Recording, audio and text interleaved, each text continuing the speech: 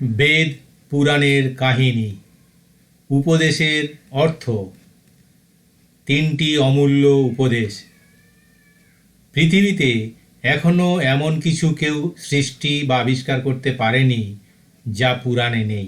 নমস্কার, আমার নাম রঞ্জন।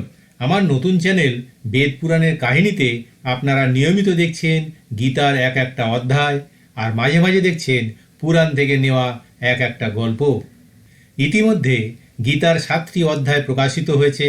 আজ শুনবেন একটা পৌরাণিক গল্প, তারপর আবার প্রকাশিত হবে গীতার পরবর্তী অধ্যায়।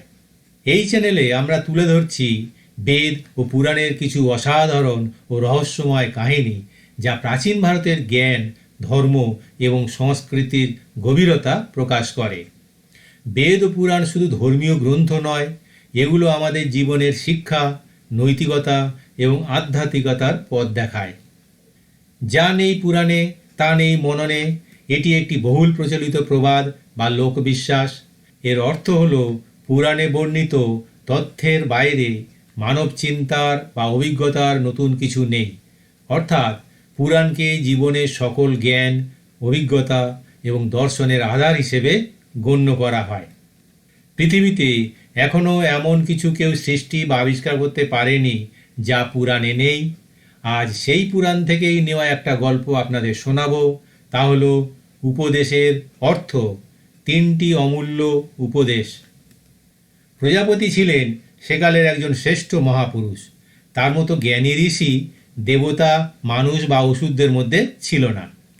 একবার একজন দেবতা, একজন মানুষ ও একজন অসুর প্রজাপতির কাছে এসে বললেন, গুরুদেব, আমাদেরকে আপনার শিষ্য করে নিন, আমরা আপনার উপদেশ চাই। প্রজাপতি বললেন, আমার কাছে উপদেশ পেতে হলে আগে তোমাদের ব্রহ্মচর্য পালন করতে হবে। এতে তোমাদের মনের তেজ বাড়বে, আর মনের তেজ বাড়লে বিদ্যালাভ সহজ হবে। প্রজাপতি ঋষির উপদেশ মতো তিনজনেই ব্রহ্মচর্য পালন করতে শুরু করলেন। বহু বছর ব্রহ্মচর্য সাধন করার পর দেবতাটি অনুভব করলেন যে তার ব্রহ্মচর্য পালন সফল হয়েছে। সে তখন গুরুদেব প্রজাপতির কাছে গিয়ে বিনীতভাবে বললেন, গুরুদেব, এবার আমায় উপদেশ দিন। গুরুদেব প্রজাপতি শিষ্যের দিকে চেয়ে শুধুমাত্র বললেন, দ। প্রজাপতির মুখে একটিমাত্র অক্ষর শুনে দেবতাটি বিস্মিত হলেন। এটা কি উপদেশ, না আর কিছু? অথচ গুরুর মুখ থেকে তো অর্থহীন কথা বেরোয় না, বাজে কথাও তিনি বলবেন না। দেবতাটি মনে মনে দয়ের অর্থ ভাবতে লাগলেন। ঋষি শিষ্যের মনের কথা বুঝতে পারলেন, বললেন, আমার কথার মানে বুঝতে পেরেছ? শিষ্য উত্তর দিলেন, না, পারিনি, নিজের বুদ্ধিতে আপনার উপদেশ বোঝার চেষ্টা করছি। অনেকক্ষণ চিন্তার পর দেবতা বললেন, আপনার উপদেশের মর্ম আমি বুঝেছি। প্রজাপতি আদেশ করলেন, বলো। দেবতা জবাব দিলেন, দর মানে দমন করো। প্রজাপতি বললেন, হ্যাঁ, ঠিক বুঝেছ। প্রণাম করে দেবতা বিদায় নিলেন। দেবতার পরে এলেন মানুষ। তিনি দেবতার মতোই প্রজাপতিকে বললেন, আমায় উপদেশ দিন। প্রজাপতি এবারও বললেন, দ। উপদেশ শুনে মানুষটি থতমত খেয়ে গেলেন। তার মনে হলো এক অদ্ভুত উপদেশ। তবুও তিনি ভাবতে লাগলেন। অনেক চিন্তার পর মানুষটি বললেন, গুরুদেব, আপনি দান করতে উপদেশ দিয়েছেন কি? প্রজাপতি মাথা নেড়ে স্বীকার করলেন। মানুষটি ঋষিকে প্রণাম করে চলে গেলেন। শেষে এলেন অসুর। তাকেও প্রজাপতি উপদেশ দিলেন, দ।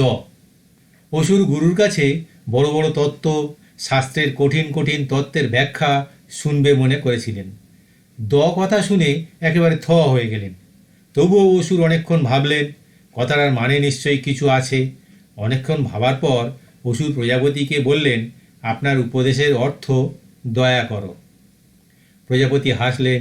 অসুর খুশি হয়ে প্রণাম করে চলে গেলেন। তিনটি ছাত্র একই উপদেশের মানে 3 রকম করলেন, কিন্তু এ 3 রকম মানেই ঠিক। দেবতারা স্বর্গবাসী, স্বর্গে সুখের এবং ভোগের আয়োজন প্রচুর। অতিরিক্ত সুখ ভোগের দেহে আলস্য আসে, মনের নির্মলতা নষ্ট হয়। সুতরাং ইন্দ্রিয় দমন করাই এক্ষেত্রে বড় কথা।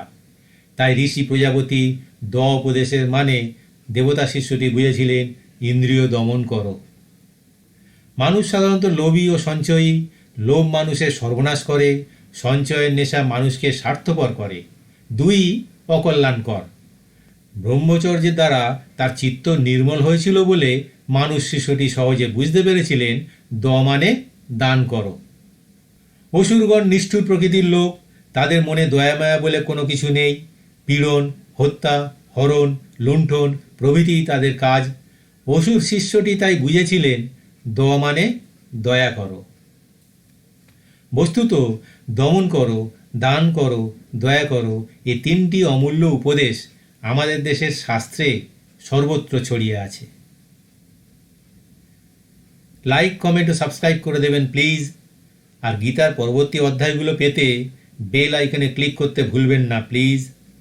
ঈশ্বরের অস্তিত্বে বিশ্বাসের পক্ষ থেকে সবাইকে জানাই আন্তরিক নমস্কার।